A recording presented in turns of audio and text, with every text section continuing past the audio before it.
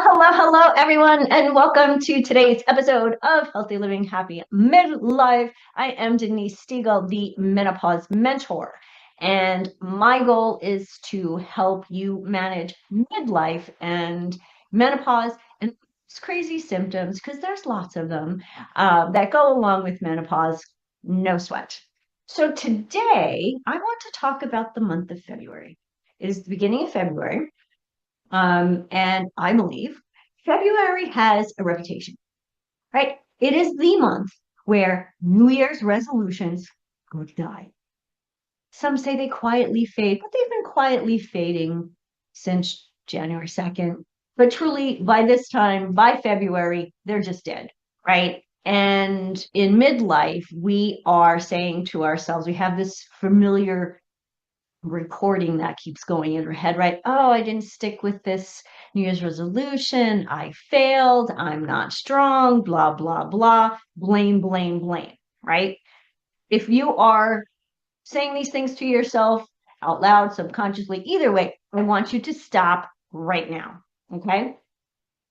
If your resolutions feel harder to maintain this year, or let's be real, they were never easy to maintain, it's not because you lack motivation or discipline or even commitment. It's for a couple of reasons. Midlife changes the rules, okay?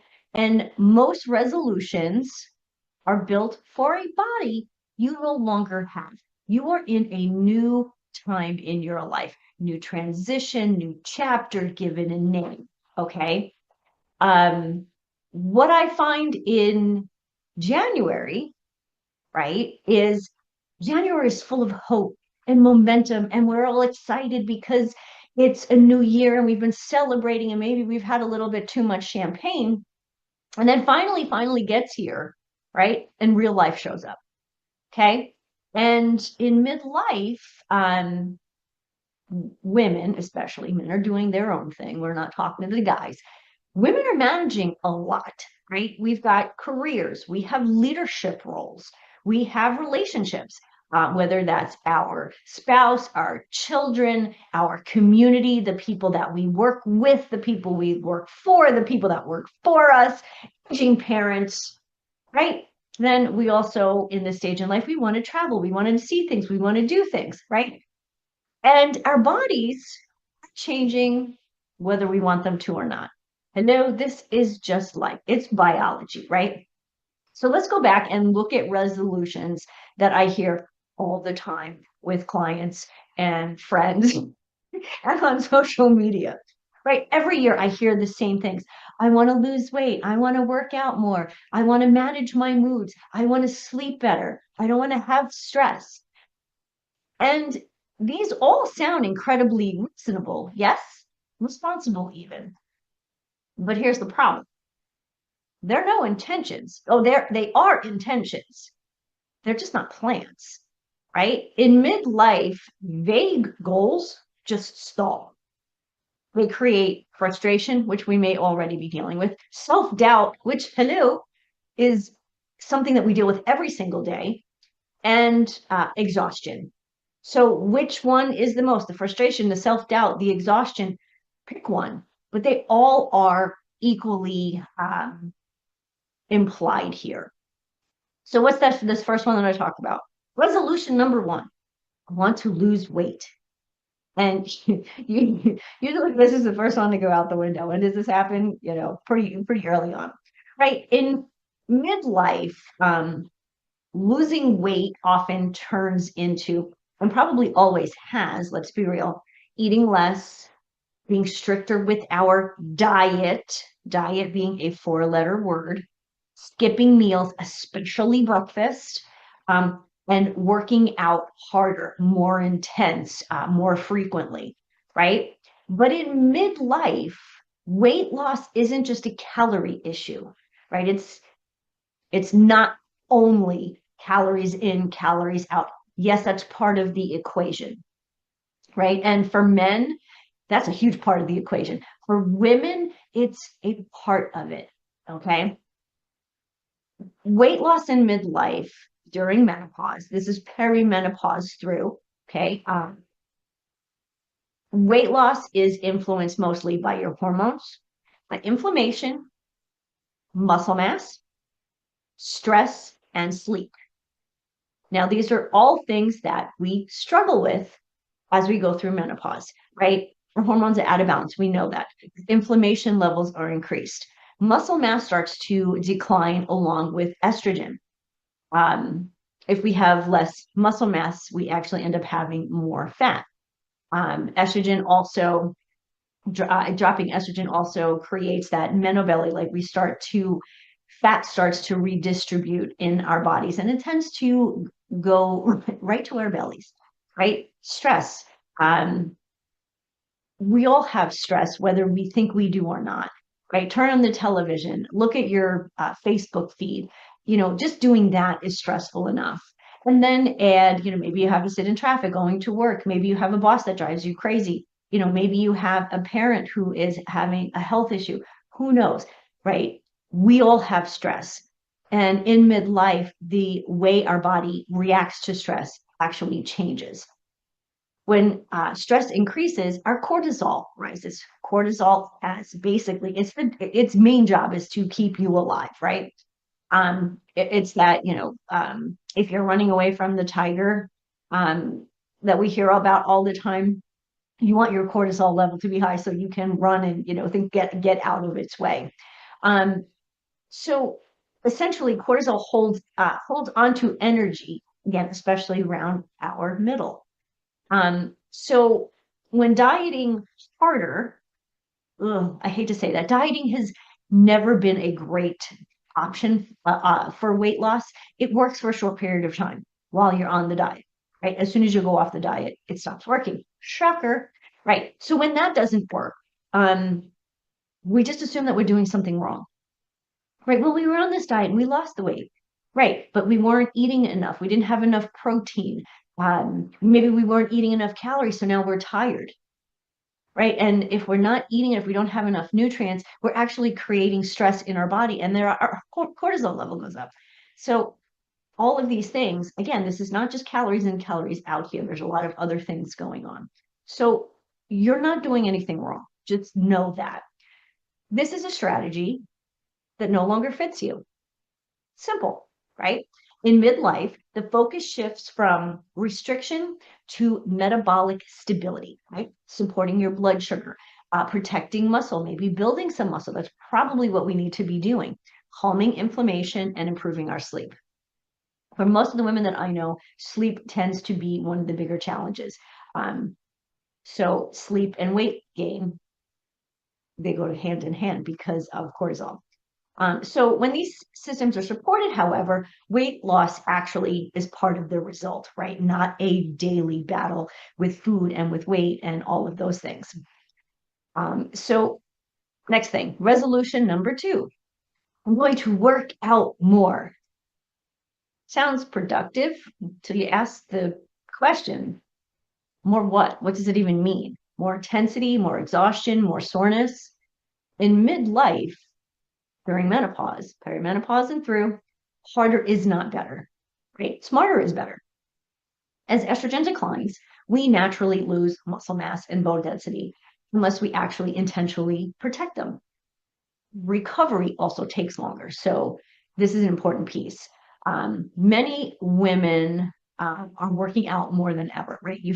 But you're feeling more tired, you're getting more inflamed, you're less resilient, you're more prone to injury, right? That's often a cortisol issue, not a motivation issue. Let's see how I mentioned cortisol again.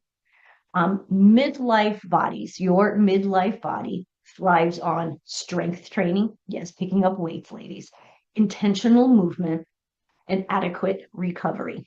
Now, depending where you are in the phase of perimenopause, menopause, postmenopause, that recovery may be a little different, right? And we're all individuals. So somebody the same age as me who's at the same place necessarily in menopause may need something different than I. Right? Your workout should build energy, not drain it. Okay. Resolution number 3. I want to manage my moods. Okay, this one deserves some compassion. I'll give you that. If you've noticed that changes in your patience, your emotional resilience, your tolerance to stress. This is important. This matters. Mood changes in midlife are not a personal failing, right? People just think, oh, I'm just overwhelmed. I'm not strong enough, whatever it is. It's not. It's your chemistry.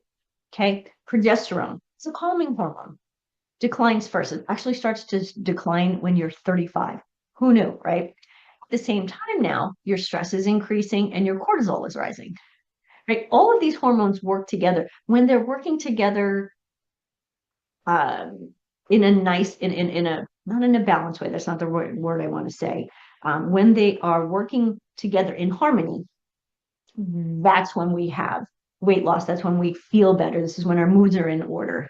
So the combination that makes emotional regulation harder, even for women who've always been steady and capable and calm, right? It's this drop in progesterone and increase in these other cortisol and stress.